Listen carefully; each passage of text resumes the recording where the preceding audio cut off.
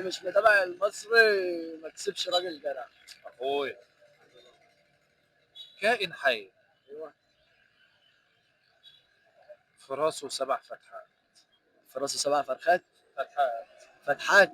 دي فرخه. اشمعنى 7 فتحات؟ برضه اللي هم كائن. اه كائن ولا كائنة؟ كائن. كائن. اه 7 فتحات. اه من فوق ولا من تحت؟ الدمنهور.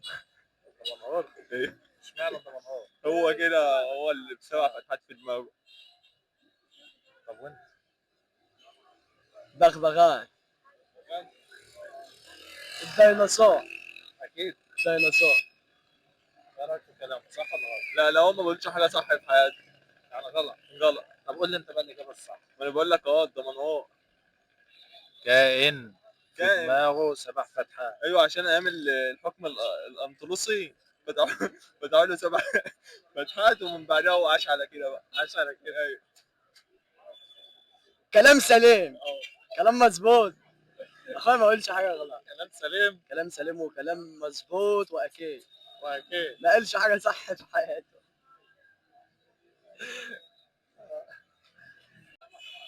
كائن 7 فتحات. طب اشمعنى بقى 7 فتحات؟ اشمعنى 7 فتحات؟ هو الدمنهور.